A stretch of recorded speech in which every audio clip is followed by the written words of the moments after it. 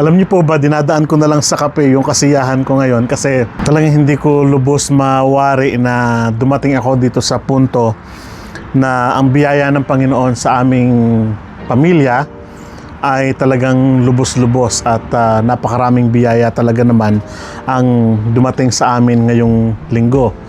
At yun ang isishare ko sa inyo dahil talagang ang pag-ibig ng Panginoon sa buhay natin ay talagang ang laki-laki, napakalaking biyaya talaga. Malaking biyaya in the sense na kanina, nung pagbukas ng folder, ay ito yung nakita ko agad.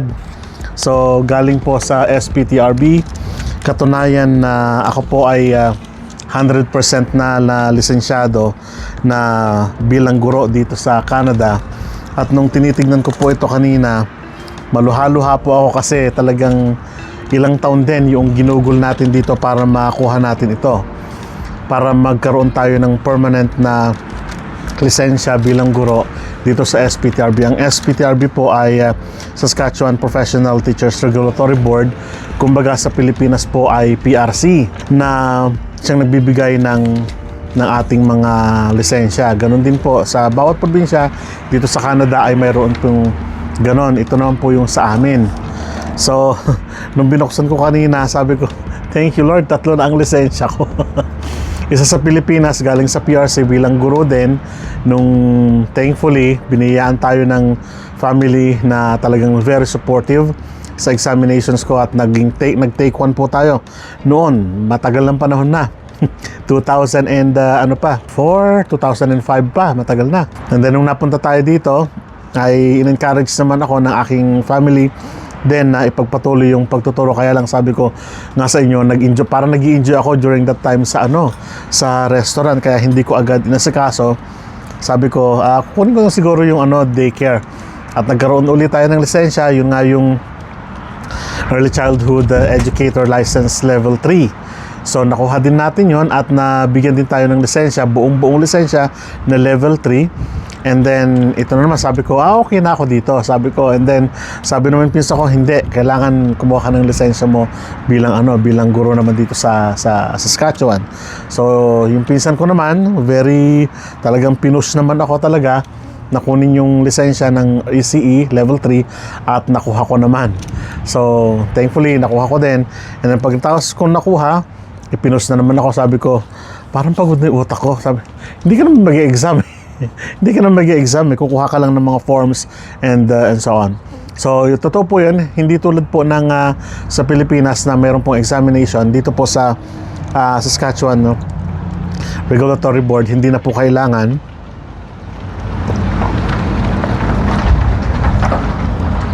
Dito po sa SPTRB, hindi na po nangailangan ng examination, So, ganun po yung pangyayari.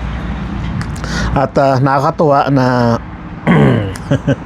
medyo po ako overwhelmed kasi talagang matagal namin pinangarap ito ng aking asawa. Siyempre na makuha ko yung permanent license ko kasi nga po ay last year, kung matatandaan niyo po yung vlog ko, ay nag-substitute po ako ng 1 taon.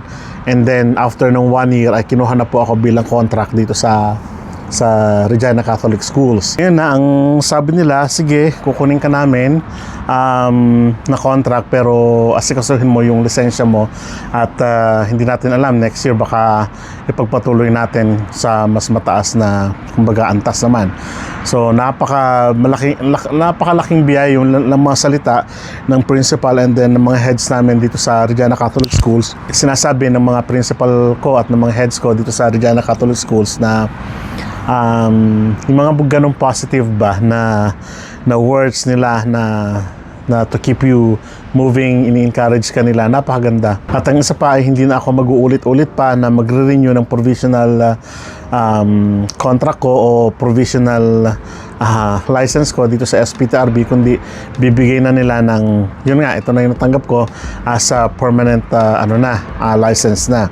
Sabi ko nga, hindi naman ako nag-exam dito sa pagkuha ko ng lisensya na ito, pero yung TDOS, kumbaga na processing, ay talagang medyo mahaba-haba din yung ginugol natin sa paghahanap ng pagkakalap ng mga, let's say, ng mga information, documents and everything, Nag-aral din po ako sa University of Regina ng 1 taon, full terms po yun.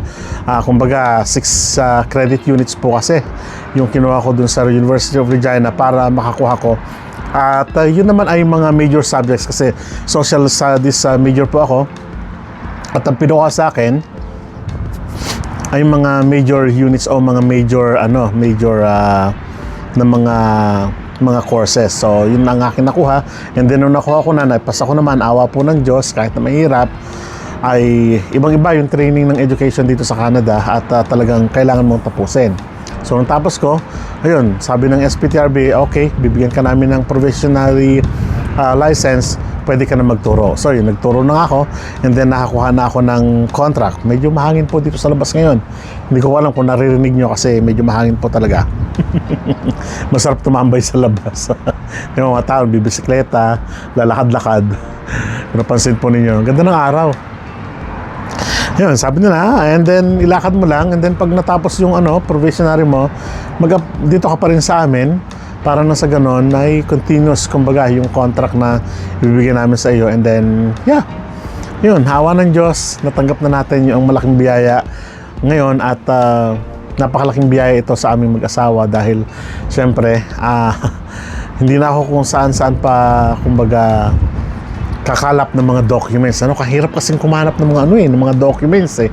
Kahirap maghintay. Ang pinakamahirap talaga dito yung time na hinihintay mo, kukontak ka ng dating university mo, institution natin dun sa Pilipinas, katulad ng PRC, kinokontak ko din sila noon. And ngayon, hindi na po kailangan kasi tapos na, permanent na yung aking lisensya. Yay! So, napakalaking biyaya po talaga. So, may isa-share pa ako isang biyaya na dumating this week at siguro sa ibang vlog na yon kasi medyo mahaba na itong vlog natin. So, sa patuloy po nananalangin dito sa ating channel ang Kuya Rod, dating Rod's Channel. Maraming salamat po.